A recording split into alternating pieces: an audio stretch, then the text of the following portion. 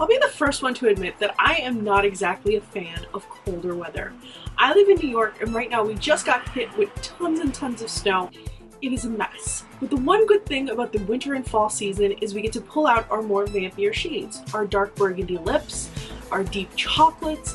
I live for these types of colors. So of course, I had to film another tutorial.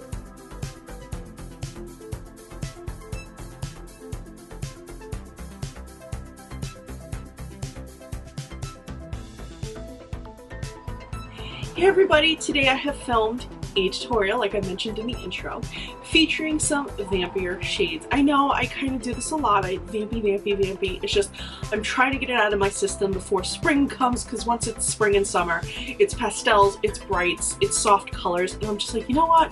I want to get all my vampy tutorials out now, vampy overload, and then we can get into the brightness and the pastels. So today I kind of pulled out some of my Huda Beauty products. I'm going to be, you'll see in the tutorial actually, you'll see in the tutorial that I'm using a Huda Beauty highlight palette, Huda Beauty lip, Huda Beauty lashes, and a Huda Beauty eyeshadow palette.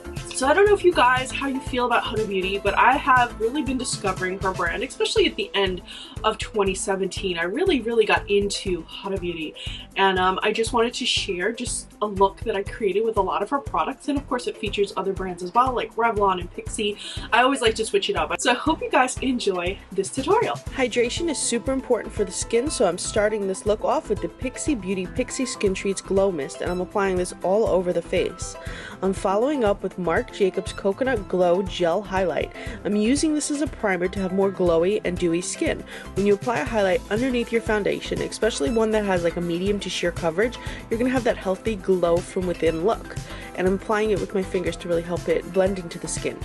Now I'm using my foundation. This is the Armani Luminous Silk Foundation. This is a little bit pricier of a foundation, but this gives the right coverage that allows that highlight that I applied underneath to really show through. If you're looking for a dupe to this foundation, check out L'Oreal's True Match Lumi Healthy Luminous Makeup Foundation. This will give you a very similar look to your foundation, plus, by the way, they're both owned by the same parent brand. Now I'm going to be setting some of my foundation with the Clarins Everlasting Compact Foundation. I'm applying this lightly to under my eyes, my chin, and above my lip, pretty much anywhere where I would get a little bit extra oily or I have some creasing. Now I'm going to start doing my eyes. For my eyes, I'm using the Huda Beauty Mauve Obsessions palette. This is a very tiny and compact palette that is really easy to travel with. So I'm starting off this look with the center shade, and this is going to be used as a base for the eye look. Now I don't usually use a cream primer, but using a shade that's similar to your skin tone will help all of the shadows blend better on top. So this is why I'm opting for this shade. As you can see, I'm applying it from lash line all the way up to brow bone. And I'm using a fluffier brush. Now I'm going to be using the center right shade, and I'm using the same brush, and I'm lightly dusting this shade into the outer V and also bringing it towards the crease. This is going to be a transitional shade as to blend my other shades more easily. Since I'm going to be doing a cut crease, I'm not worrying about blending this too far onto the actual lid, but I am paying special care to make sure it's blended up towards the brow bone, because that's the blending that's going to be seen. Pinks and reds can be a little bit hard to work with, but I find this shade has just enough nude tones in it, or it's just enough muted that it works well on my skin tone. Now I'm going to be applying the lower right shade, and this is a deep burgundy shade. I'm using the same brush. The reason I keep using the same brush is because this brush already has the previous shadows on it, and it makes it easier to blend the shades. Also, it's not picking up too much pigmentation from this deep shade. For a shade like this, you're going to want to do multiple layers, just because if you put too much on at first, it'll be hard to blend later. So do in small sheer layers and build up as you go. Now I'm going to be using the burgundy in the upper left. This is a little bit lighter of a burgundy, but I'm using it to add a little bit more dimension in the outer V, and when you apply this over the lower right shade, they make a nice, deep, kind of like well-rounded burgundy, if that makes sense, like a wine color. And you can really start to see that shape of the V. This is another shade that you want to go over with a few sheer layers. You don't want to go full impact, like you want to use a fluffier brush or softer brush. You don't want to use a flat brush for this because you'll be applying too much pigmentation at once. Now the shade that I'm using is the shade in the lower left side, and this is a more purple burgundy. And I'm applying this on my crease because you really want to define the crease. Now I'm switching brushes to a domed crease brush, and I'm going to be applying once again the lower right corner, and I'm applying this directly into my crease. Like, I'm really ultra defining my crease at this point. And you just do sweeping back and forth motions. You can go back with the blender brush and blend it if you feel like it's a little too harsh, as I felt it was, so I blended it just a little bit more. Now we're going to be cutting that crease, and I'm using the Revlon Photo Ready Insta Fix Stick. I shot my stash for this, so if you do not have this product or it's no longer available, you can just use any hard concealer. Like, you don't want to use something that's too drippy. You want to make sure it has a thicker consistency, not a hard consistency, a thicker consistency, so that you could really cut the crease. You want it to be opaque. You want your concealer to be opaque, and you also don't want it to crease. So as you can see, I'm using a flat brush, and I'm going right up to the crease, making sure to even kind of push into the hollow of my eye to make sure that it doesn't go any further than where my natural hollow is. Now, I have hooded eyes, so I'm very, very sure to only push it up to that point. If you don't have hooded eyes, you maybe don't have to be so specific with this. You could probably go above, but if you have hooded eyes, make sure that you stay along your natural curvature of your eye. You want to start from the lash line and go upwards. Another piece of advice, if you do have hooded eyes, is to do it slowly. Build it up. You don't need to put too much on at once. This way you can really control where the product is going, and you're making sure that it's not going above that line at all. Once I completed cutting my crease with a larger flat brush, I took a pencil brush to really define the cut crease, and I just dipped it in my concealer once again and went only to where my eye hollows to really define and cut the crease, to literally cut the crease and make sure that it is defined. With a different flat brush, I'm applying the upper right corner shade, and I'm applying this on my concealer.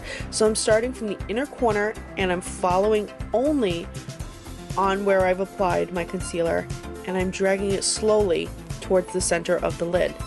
Now I'm going to be doing two shades for my cut crease. I'm starting with the upper right corner using a flat brush, and I'm applying it from the inner corner to the center of the lid. This is a shimmery shade, so it's really going to help to brighten the eye. It's really going to be a huge difference between the darker burgundy, so it's not circa My Chemical Romance 2005. This is going to be a much more sophisticated look. Then for the center of the lid to the outer lid, I'm going to be applying the middle left shade. This shade is right within the burgundy family, or the mauve family. She calls it mauve. I look at it as more of a burgundy shade. And I'm blending it into the shade I applied initially, and I'm also dragging it to the outer part of the cut crease.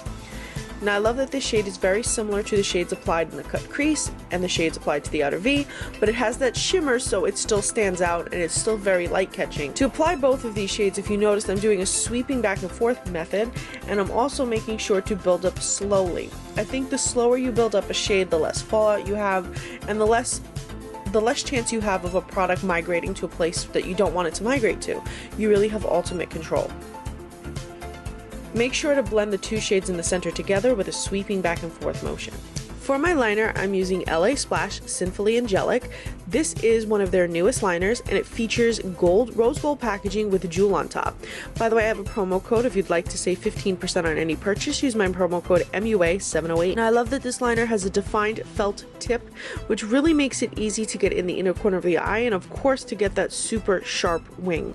I'm blind in one eye, so it can be a little bit hard for me to get that ultra definition. To achieve a perfectly winged liner, I start by applying in the inner corner of my eye, dragging across my lash line, and then when I get to the end of my eye, I kind of follow the line I've created with my shadow. If you haven't applied shadow that creates that line, you can always just imagine that there's an imaginary line from the tip of your brow to the corner of your lid. This is the ideal angle that you want to apply your liner. Now once I've created my wing, I will sweep my liner back across my lid to about the 3/4 point on my lid. So you don't want to go directly towards the center. You still want to be more on the outer portion of your lid. As you can see, I kind of do slow sweeping motions. Like I said, I'm blind in one eye, so I'm very cautious when it comes to my liner. And also when you're applying a shimmer shadow, it can kind of make your liner look a little bit shimmery. It can make it look a little bit muddy. So when you do slow sweeping motions, you're making sure that you're getting that black pigmentation on your lid and your liner looks more looks like and your liner will look like a more deeper black. Don't be afraid to go over it a few times to correct any mistakes that you may have made. Even someone like me makes tons of mistakes with liner. Now I'm applying the lower right shade using the same definer brush that I used to define my crease earlier. I'm using this brush to apply this shade to my lower lash line, and I'm blending it softly with my finger. Now I'm applying the upper right corner shade to the inner corner of my eye. This is the same shade we used on the cut crease, but I just want to brighten up the eye look a little bit more. So I'm going to highlight the inner corner. I'm using a dense brush to apply, and I'm dragging it down to the inner lower lash line as well. This way the lower lash line sort of mimics what we did on the cut crease. For a final step, I'm going in with the definer brush that I used for the concealer, and I'm applying the lower right burgundy red shade, and I'm just kind of penciling in that liner to create that crisp line and the contrast between the concealer and the shadow. Now I'm going to be applying some lashes, and these are Huda Beauty Samantha No. 7. I love Huda Beauty lashes. They give the eyes such drama and they feel so comfortable. They don't pinch, they don't poke, and they're always like just the right shape and size for my eye that I never have to cut them. Now I apply all my lashes with my fingers, but if you'd like a more, I guess, precision application, you can always use tweezers. Now I'm applying a little bit of mascara, and for my mascara I'm using Kevyn Aucoin, the Expert Mascara, just to blend my lashes into my false lashes into my natural lashes. I'm also going to define my lower lashes. I love the curvature of the brush of this mascara because it really helps me to get every single lash. Now I'm going to be doing my brows. For my brows, I'm using the Pixie Beauty Endless Brow Gel Pen. And I'm going to be lining my brow and filling in my brow, because even though I have full brows, I still have sparse areas, and I like to just fix up the shape a little bit. In terms of application, I'm using soft, short strokes to shape, and I'm also using soft, short strokes to fill in. This helps to mimic the way natural hair would look, and it helps your brows to look a little bit more natural and a lot less boxy. I'm paying special mind to my arch because that's where I have a little bit of a problem. My brows are full, but my arches are kind of a little flat, and you can see the difference between the two. Over that, I'm applying Givenchy's Mr. Brow Groom. Now this is a gel, and it helps your brows to literally be groomed and stay in place. So I love applying this after I've applied a pencil, because it helps to keep my brows looking a little bit more professional. Now I'm going to plump my lips a little bit because my lips are tiny and I want them just a little bit bigger, so I'm using the My Candy Lipz. This is a silicone apple, and it helps to plump lips gently, not like the Kylie Jenner suction cup. So just a few seconds of this and I have a little bit of plumper lips. Now I'm going to be applying my highlight, and I'm using the Huda Beauty Winter Highlighter Palette, and I'm applying Frosted Kiss, which is a cream highlight. I'm using an NYX fan brush. This is a very dense fan brush, and I'm just sweeping that cream along my upper cheekbones. I'm going to be topping that with Northern Lights. Now this is a much more noticeable highlight. So if you want a subtle highlight, you can stop at the cream, but I wanted to kind of like glow to the gods, and I love this golden highlight, especially matched with the burgundy. I feel like it pairs really well. So I'm doing soft, kind of fluttery motions with the fan brush, just because this is a denser fan brush. I don't want it to look too harsh, so I'm trying to get that blended look. I'm also applying a little bit slightly to the corners of the forehead, the center of the nose, and the Cupid's bow. Next, I'm going to be contouring, and I'm pulling out an old favorite. I'm pulling out Anastasia Beverly Hills. This is the Contour Kit. Now I'm going to be applying the center shade with my Glamour Dolls Makeup Lisa Frank brush. I love that this brush is so adorable. I love that it features Lisa Frank art. This is part of their new Lisa Frank collaboration, but aside from that, it applied my contour very softly, very smoothly, and I loved how easy it was to blend the product on my skin and how soft the brush felt against my skin. I'm also defining my jaw slightly in this video because I don't normally do that, but I would like a little bit more, a little bit more chiseled look for this one. I'm also applying a black liner into my waterline, and this is the Marc Jacobs liner. This is going to help my eyes look even more defined. If you'd like to have a more brighter look, you can use a gold or champagne pencil. This will make eyes look brighter and wider. For my lips, I'm using the Huda Beauty Liquid Matte Lipstick in Vixen. I love the packaging on her liquid lipsticks. This liquid to matte lipstick dries fairly quickly and becomes nearly transfer proof. I love that it didn't feel too heavy on the lips, it didn't crease, it didn't feather, and it didn't bleed. It was a very comfortable wear overall, and I loved how opaque it applied. I love that this shade had an opaque coverage. A lot of times when brands try to make this shade, it can be splotchy, it can be patchy, but this applied with perfection. And I love that the doe tip applicator made it easy to line my lips. And that completes this look.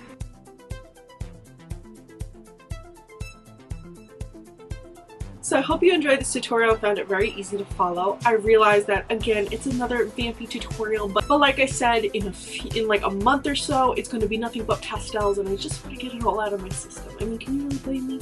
I do have some other looks on my Instagram, so if you're not following me on Instagram at Recycled Stardust, you can head over there, and if you are following me, check out my hashtag, the Cosmoholic Makeup of the Day, and you'll be able to see all of my makeup posts up close, and I promise you there's a lot more than vampy looks. What would you guys like to see next? Because I'm like, my mind is always on like vampy, vampy, vampy, blue lipstick, purple lipstick, burgundy lipstick, and smoke your eye, glam eye.